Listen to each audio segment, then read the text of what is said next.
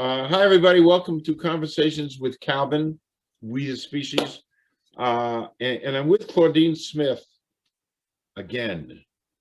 And I gotta say a couple of things on this Saturday that's important to me. It's because of having met Claudine in August, having no idea about doing Conversations with Calvin or anything even remotely close to this. Claudine and I met on LinkedIn, a couple messages, and then eventually we did a phone chat because I thought she was so interesting in her background. And of course, she's Rutgers and she's a track star. So, and that kind of evolved. That innocent LinkedIn message and phone call evolved into a Zoom because I learned how to do Zoom. And this is how this whole channel was born. We were Zooming. Claudine and I were Zooming like in August, and the light bulb goes off. And she was so interesting and so poised and so well beyond her years. And I said to myself, why don't I just interview Claudine and other people like Claudine, interesting people, and do a channel and this whole Conversations with Calvin thing. By the following morning, I had sent it down to Washington, D.C. to trademark this. So what's also really special, you'll eventually get a chance to talk, Claudine, but I got to do this intro because it's so important to me. What's so interesting, this is my 50th. So celebrating with you, you were my first, and you're now my 50th. And we didn't plan it that way. It just kind of worked out that way. We're both Rutgers, and what a special day. It's Saturday, the 20th of February. I don't usually announce dates, but this will air whenever it airs. But last week, I was so proud of you. You finished first in triple jump. Is it the Spire? Yeah, it was the pre-Big Ten championship. So not every Big Ten school was there, but most of them were there, and then some were at Iowa. And then next weekend, the 26th, is the actual Big Ten championships for indoors. So my last indoor meet of the season. It's crazy. That's the last indoor meet. I hope that's by the way, let me formally introduce Claudine Smith. You can say a quick hello and do a little bio, and I also want to acknowledge, you're winning the triple jump last week, and I'm confessing to you, I never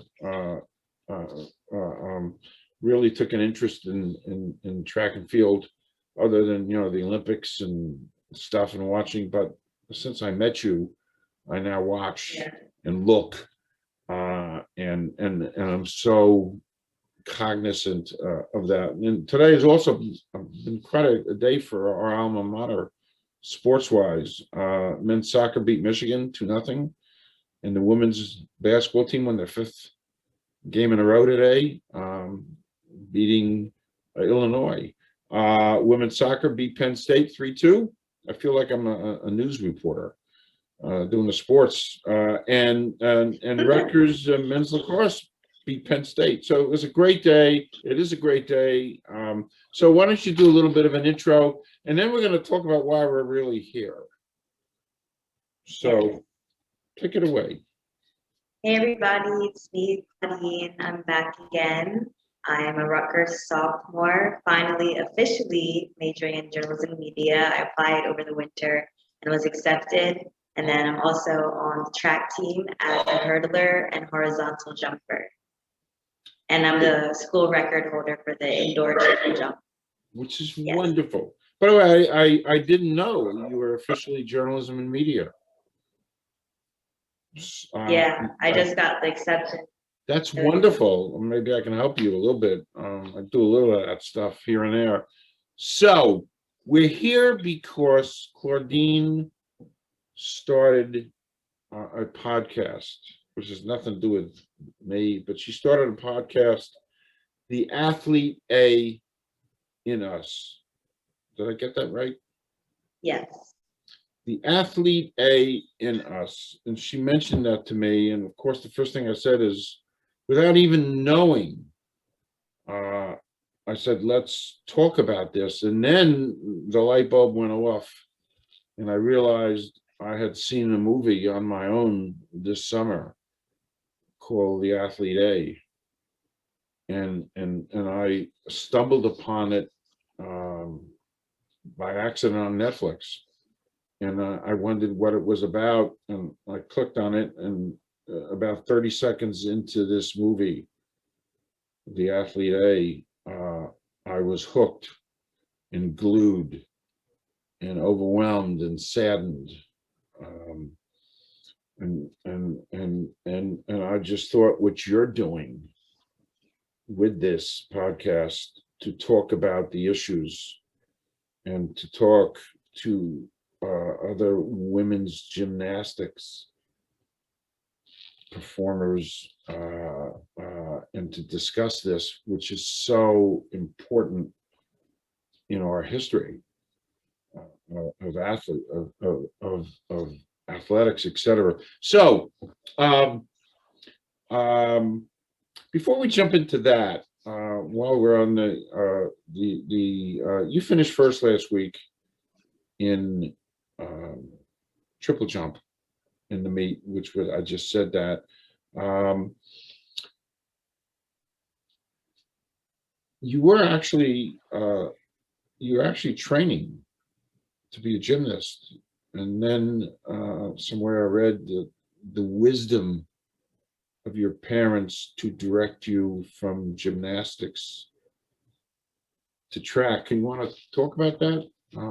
Yeah, I can get into that a little bit. Honestly, it wasn't really like redirecting me into track. My parents wanted me to honestly do every sport, and from a young child, I was doing every sport, like in my community's recreational sports. I did soccer, tennis, almost every sport except for field hockey and lacrosse. And I actually did, the first time I did field was when I stopped gymnastics. But basically, I started in the mini classes, the little mommy and me classes, and then just the regular, the recreational classes. And then how I got into competitive USAG gymnastics was they saw that I had potential.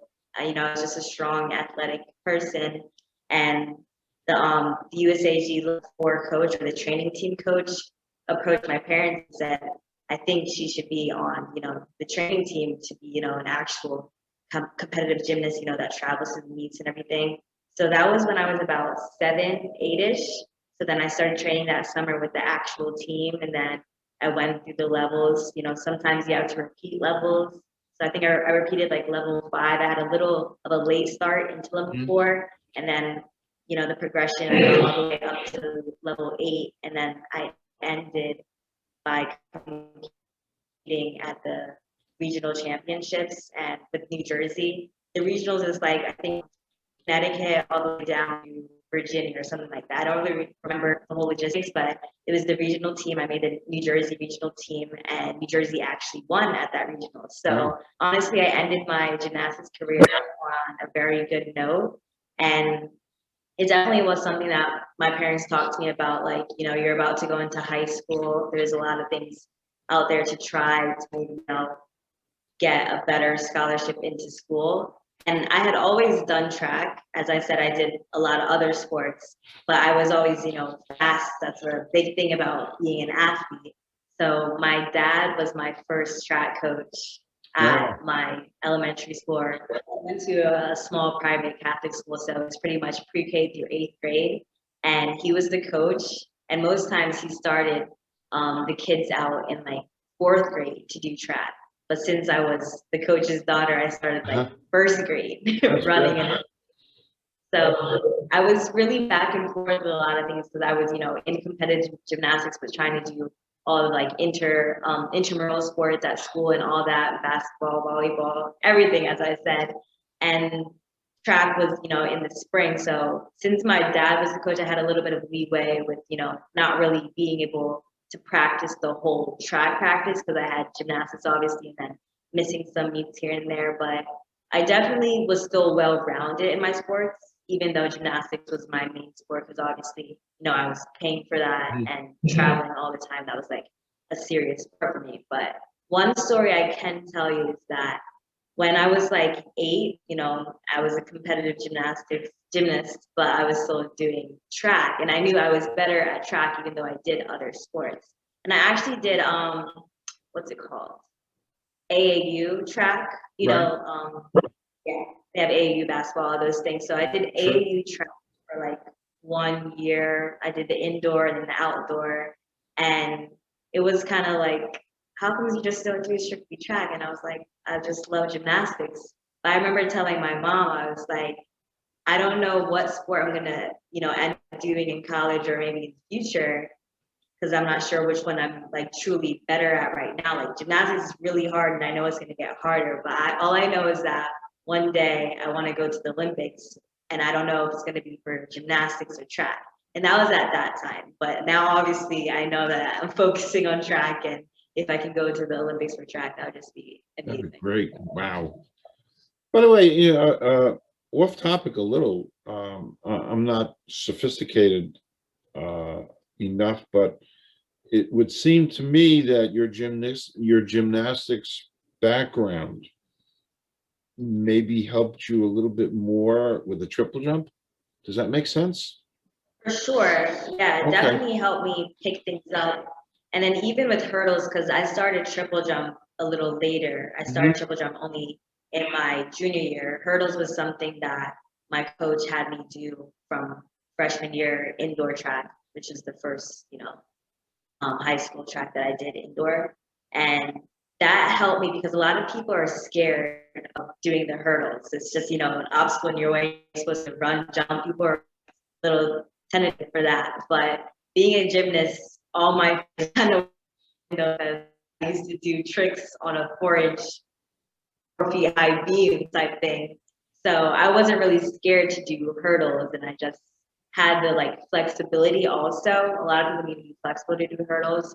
So I would say it helped me a little bit more with hurdles than triple jump, because I think just my overall athleticism and build, like I have really strong legs that help me with triple jump and long jump, which I did first. I remember like in gymnastics practice, I would be practicing long jump and just jump into the pit, see how far I could go. So yeah. Okay. So you have a podcast, The Athlete and Us, and it's based on this movie, The Athlete A. Why don't you talk a little bit about so folks understand what this movie is about and why you developed this podcast? This is heavy stuff now. Yeah. I'll definitely get into how I was inspired to make the podcast. So, how I got into watching the movie, when I first watched the movie, I was basically just hearing a lot of buzz about it on Instagram. Some of my former teammates were posting, and I was like, Athlete A, like it was still new at the time, so I wasn't really like late with watching it, but that's how I first saw it to go to Netflix to watch it. So I watched it. I was like, wow. And then I commented on the post that I saw that one of my former teammates said to me. I was like, yeah, that was a very interesting movie. So I asked her, I was like, what do you think? Because that was like my first response after, or reaction after watching. I was like, kind of want to talk to my former teammates to see how they thought about it. So I was, thinking about that, like, how could I get them together to really talk about that? But that might have been hard because a lot of them, like, I lost a little bit of contact and don't really have their numbers. But I asked the one that I saw on Instagram. She, just gave me a short little answer. So then I was like, I think I want to do a podcast. But that was just in the summer. So that was the initial idea. And I didn't really like jump on it right away. But I had it in my mind. And then for some reason, it was like winter break this year, this fall semester. Obviously, I had more time. And something just popped in my head to revisit it and actually get my first person to do it, which was Lizzie from Rutgers. And, you know, we set it all up. I watched the movie a second time to build my questions, just like, you know, you said that you did. And then I started with Lizzie, and then I got one of my former teammates. She was like my best friend when I did gymnastics. And then she recommended somebody. So kind of like how that worked. I'm trying to build up more people. Like I'm saying, you know, for the Rutgers gymnasts, if they want to be recorded, just let me know and things like that. So definitely want to build it more and get either my former teammates and just other gymnasts that I could find. Again, before I knew you, I watched randomly this movie, which changed my view of the world. It was so riveting. You know, it's a story of women's gymnastics and that terrible trainer, doctor, Larry Nasser, who abused 300 or 400 young girls. And that's what this is about. And there's some individual stories. We'll talk about it shortly. But that's what this was about. So when I saw you were, of course, I'm not laying any guilt on you, but I watched the movie again because I knew we'd be doing this interview. And then I listened to each one of your podcasts. And I think, I don't know if I showed you, but, you know, I have all my notes, pages and pages of notes I took because of you. So I have questions, and it's so, but it so resonated with me what you're doing and listening to you interviewing. So this is an opinion question to ask you, now that our audience has a little bit of an idea what Athlete A is about, sort of. But how critically important, and it's an opinion question for you, Claudine, but how critically important it is for more people to watch Athlete A and to understand part one, and equally as important is for people to really listen to your podcast if they've watched this movie and they have an interest in a caring. Then the next logical step is for people to listen to your podcast. So, so how important it is for people, your opinion, to watch this movie and then to listen to your podcast. Yeah, I definitely think that it's just important to just be educated as much about a sport, especially if you're a parent wanting to get your child into the sport. Like, of course, you don't want to know the negative things, but you still need to see all sides before, you know, you decide to put your child into something. But basically, like, from the outside looking in, a lot of people don't know a lot about gymnastics. It's a great sport and people see it on the Olympics every 4 years, but definitely to just know more about its history. And then for me, for my podcast, just like hearing other girls' experience other than like the famous people that were in the movie. Like, yeah, that's basically why they should listen, because it's just, you know, giving other people a voice. So that's why I wanted to do it. Another opinion question. That's the A in us, is an extension of the internet. By the way, we're having a little technical. There's a little delay sometimes with our the internet. Is mine glitching as well? Well, yeah. Sometimes you freeze for a little second. A little bit, yeah. Okay. But it's mostly good. So, and, you know, this is a very relaxed interview. So, next up, part of the movie, and you've discussed this at times in your podcasts, the 3 that I've listened to, is about the hero status of Maggie Nichols. If you wanted to talk about her a little bit now and some of the injustices that were done to her by punishing her because she spoke out. Yeah. She's kind of like a hero, isn't she?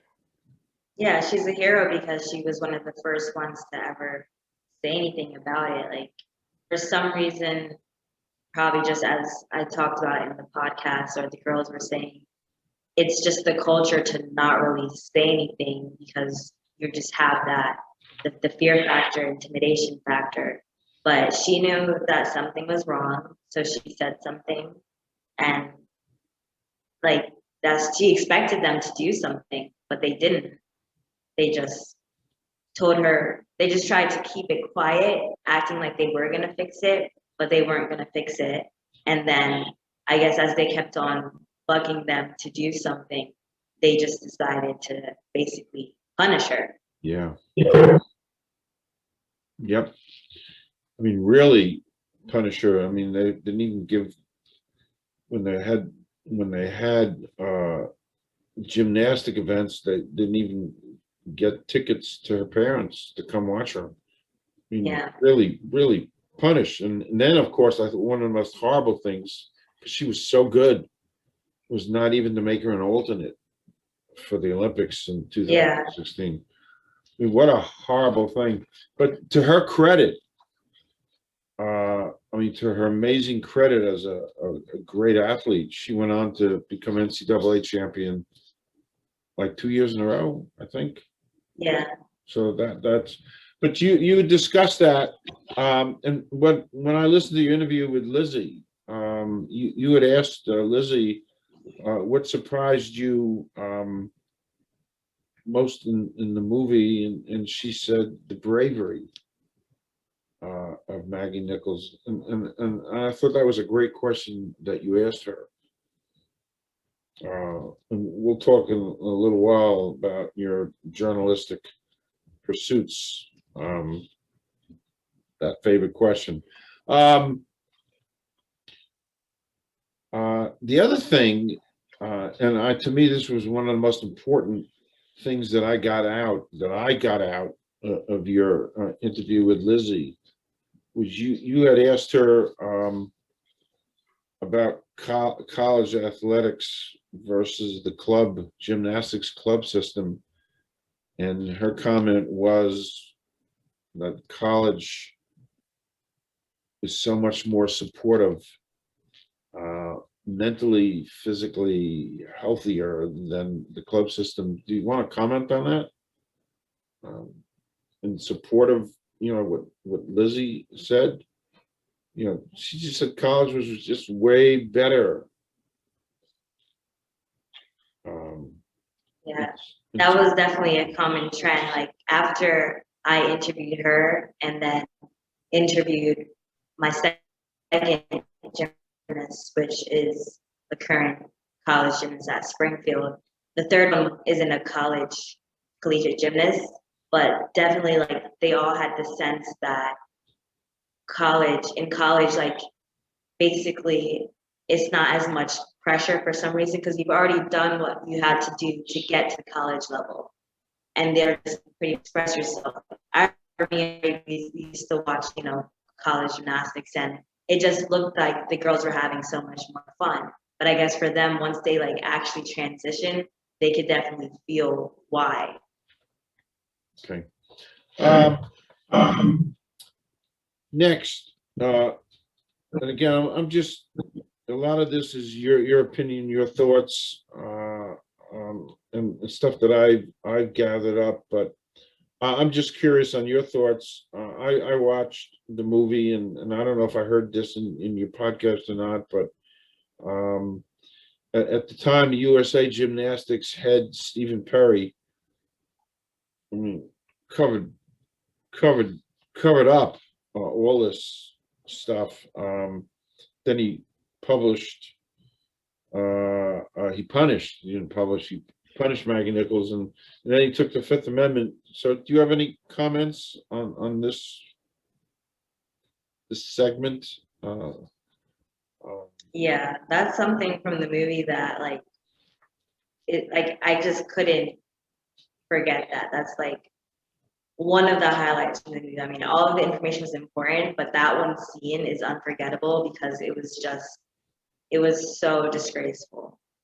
And I not found it funny, but like one of the girls called out shame when he was walking out the room. And I was like, yeah, that was really shameful. Like, good for her for just calling it out. But like, he just let down all of the gymnasts. I mean, he had already let them down by not being supportive, but by just, honestly, I'm just gonna, is like being a punk and just doing that, it just really showed his true colors even more. And I think he was arrested. Now, they did say he was arrested after that, but he definitely did not have any, he shouldn't have been the president. Like, it was not. Another opinion question to ask of you is I watched enough of.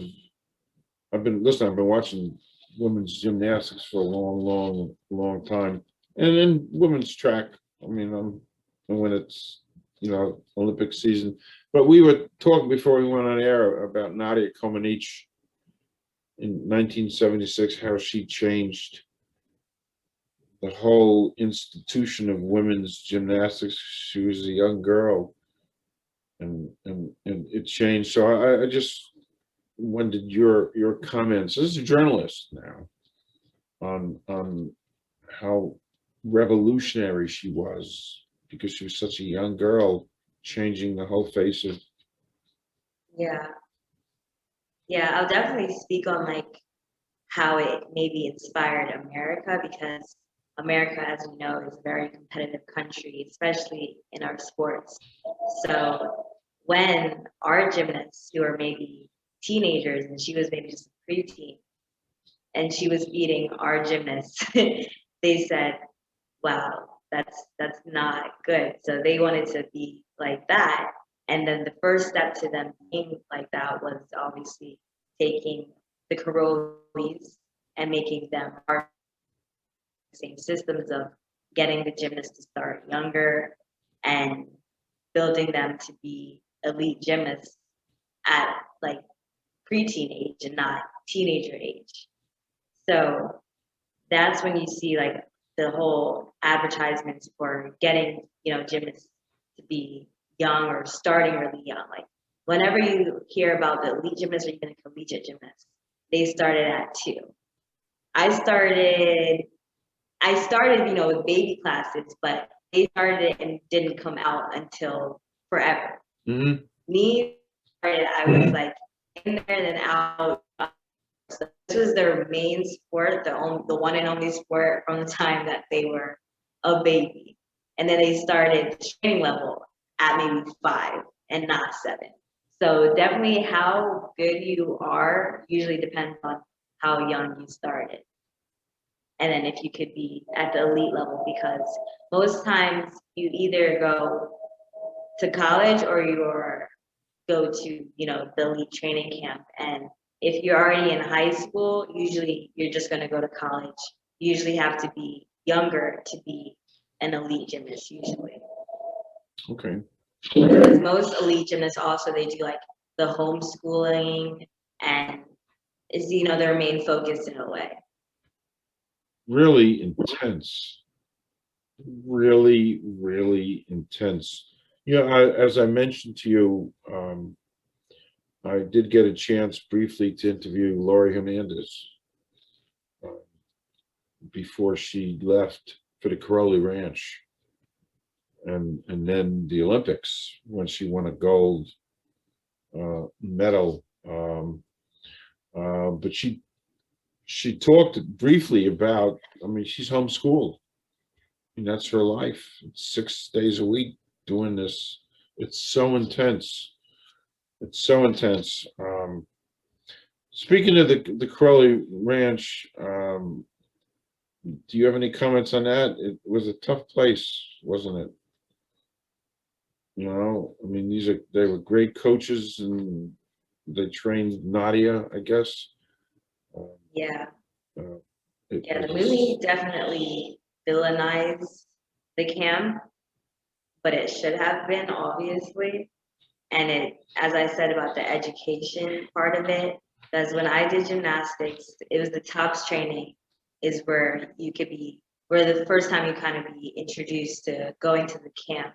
And I thought it was like, you know, a great opportunity to be able to be one of the best gymnasts to get sent to TOPS. But Alex, who I interviewed, and I mentioned that, I was surprised that she said, no, thank God I didn't go to TOPS. Like, it seemed like it was a horrible experience. And I was really surprised by that. So definitely seeing the movie changed my perspective on the national camp. Again, I need to say that folks need to see that movie and to begin listening to your podcast because it's so real, and you're interacting with gymnasts and their opinions and their feelings and their emotions. Are there any loosely, I mean, you've had 3 interviews, Lizzie, Alex, Ray. Are there any particular comments you want to make about any of those interviews? But Yes, because I asked the last 2 gymnasts that I interviewed if they would put their daughter in gymnastics if they had a daughter. And I really liked what me and Alex had to say about that. And basically what I said, which look out for that, it's going to be a bonus episode. I didn't include it in her main episode because I thought it was just great what we talked about. So it would be its own exclusive one. So I'll give a little test for that. I just said that the communication is what is important for us if we put our future children in gymnastics. We just need to let them know that they can talk to us, because I feel like a lot of gymnasts in my generation before felt like we couldn't really talk to our parents and tell them bad things from gymnastics practice. Like, we would always just say it was good, even if it wasn't a good day. So definitely communication is key. And I think with the future of gymnastics, especially with this movie coming out, it should be better because we know that we can speak out, and then we'll teach our children that they can speak out as well. Okay. Again, the Athlete A in Us is your podcast, and for people watching, it's flashing on the bottom where people can check that out on Spotify, and they should, because it's potent and powerful stuff and thoroughly enjoyable. Do you have any future directions that you want to go with this podcast now that you are a journalism media student?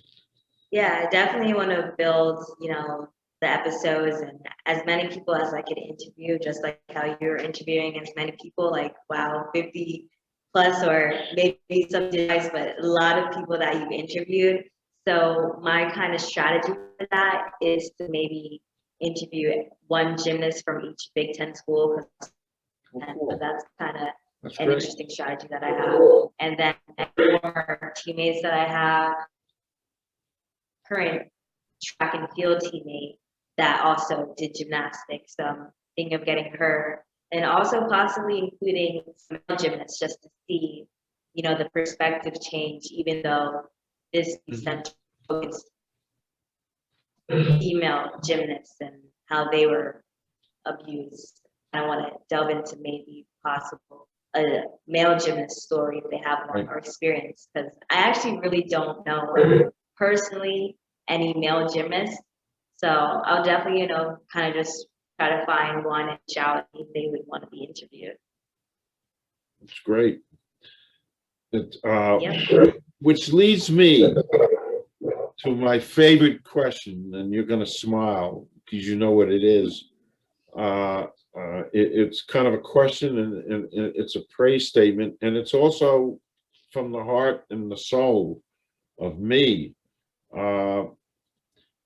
And I said this to you, how did you learn how to be such a poignant, wonderful, skilled professional, polished, learned interviewer. I mean, is this? I guess a lot of this is natural. Do you have any role models in Yeah, that's journalism? what I was gonna say. I don't think it was learned. I really think it was God given, and I think it's just like what I'm maybe could say here to do. Like, I just love talking to people. I've always been social, and then just I'm curious. So I love asking questions. I'm always like, why? I wonder this. I want to see how somebody feels. So that's kind of just how I discovered really what I want to do in a way. But people, I mean, Oprah's always a big one, but usually I don't have that many role models. I just come and do a thing, and if I'm good at it, then I do it. I feel like it's just natural. It really does come natural. Well, it does come natural, and I was just not because I know you, but listen to you now, listen to you on your podcast. You have a wonderful, illuminating future ahead of yourself because you're there. You're only a sophomore. You're there. So, and I think this is a great place to kind of wrap this up. And it's funny. I said to you back when we did our the first interview, that you'll come back, and guess what? You came back, and I'm saying this to you again, Claudine. You'll come back because this channel evolves and goes in so many different directions, and you're such a part of this, and folks should know you've been a part of this, and you've been my inspiration. So I'm eternally grateful to you, and of course we are bonded by Rutgers, and of course I'm wearing my Rutgers thing. But I want to thank you so much, for being you, for being part of this, and for your time, and for the podcast that you put together, because it is so important, the athlete in us, for armies of parents and young girls, young guys who want to go into gymnastics to learn and to feel and to hear, and you're right on the front lines. So I thank you, Claudine, for your time and your graciousness, and for being part of this. And thank you for today, giving up a Saturday a little bit. So it's a great way to close. Again, to thank you, and to wish you good luck next week. Thank you. I'm excited. Yeah, I'm excited too. And I hope the Big Ten Network, they probably will. So I'll be able to watch this stuff next week because of you, I got Big Ten Plus. I'm giving them a plug here, so that I'll be able to watch some of this track stuff. So hopefully I'll see you next week. But again, thank you for this so much, and you'll be back. I'm perfect.